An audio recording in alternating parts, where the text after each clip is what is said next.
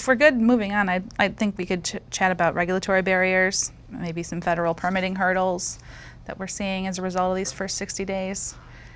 Does anybody want to get us started?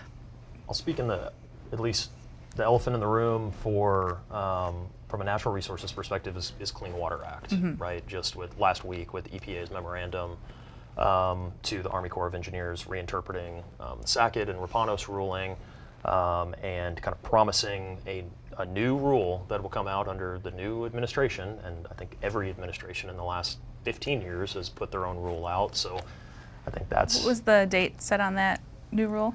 Oh. Do you know offhand? No, I don't. I want to say like August. Yes, I thought it was like mid-August. I think so. Yes. I think it's August 25. So in pretty short order, we'll have a new rule to interpret and for the Army Corps of Engineer Regulatory Division to interpret and implement.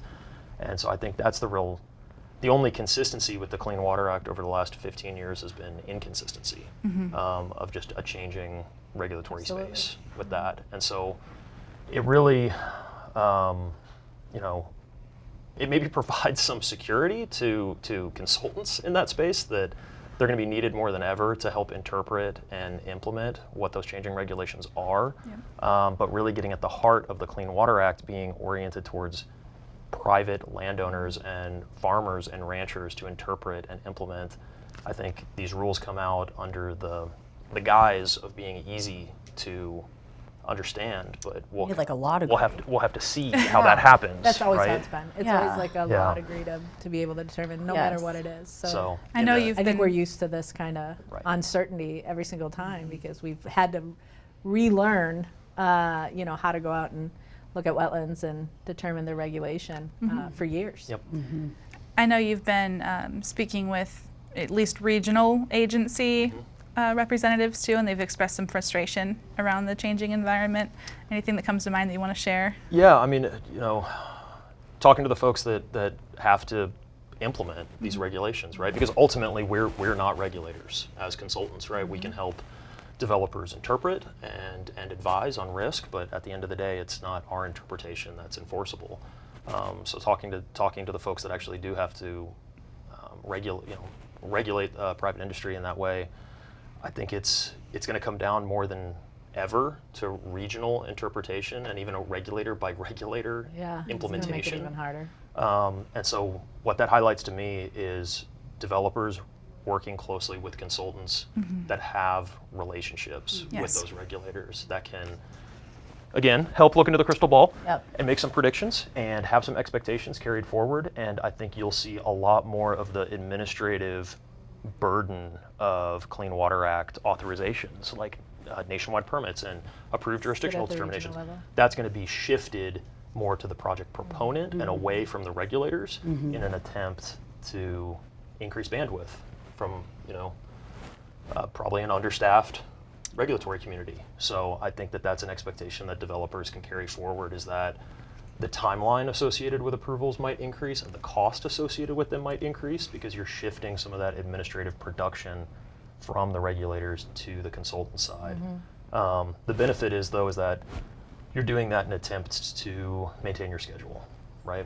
So yeah, it seems to me like you, as a developer, you just want to do, you'd want to live life as it is today, right? You go out, you do the same work that you've always done, you document the same way you've always done, and you pick, what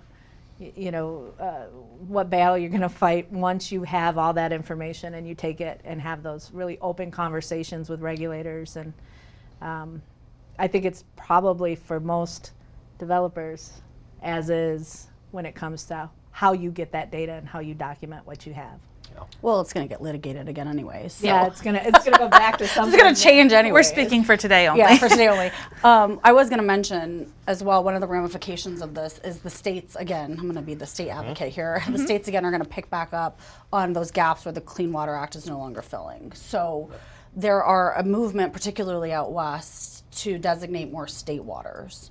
and be able to regulate waters on a state level versus relying on the Clean Water Act. So New Mexico is moving in this direction, Colorado is moving in this direction. There's already a lot of states out there that have state level jurisdiction over waterways.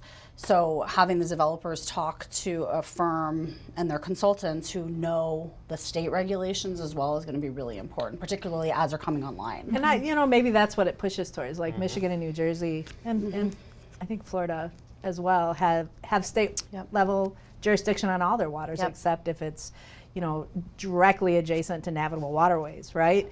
So you would think any state that cares about their natural resources could, somehow work with that to take that back on to the state itself. Michigan wetland, doing wetlands in Michigan is very clear cut.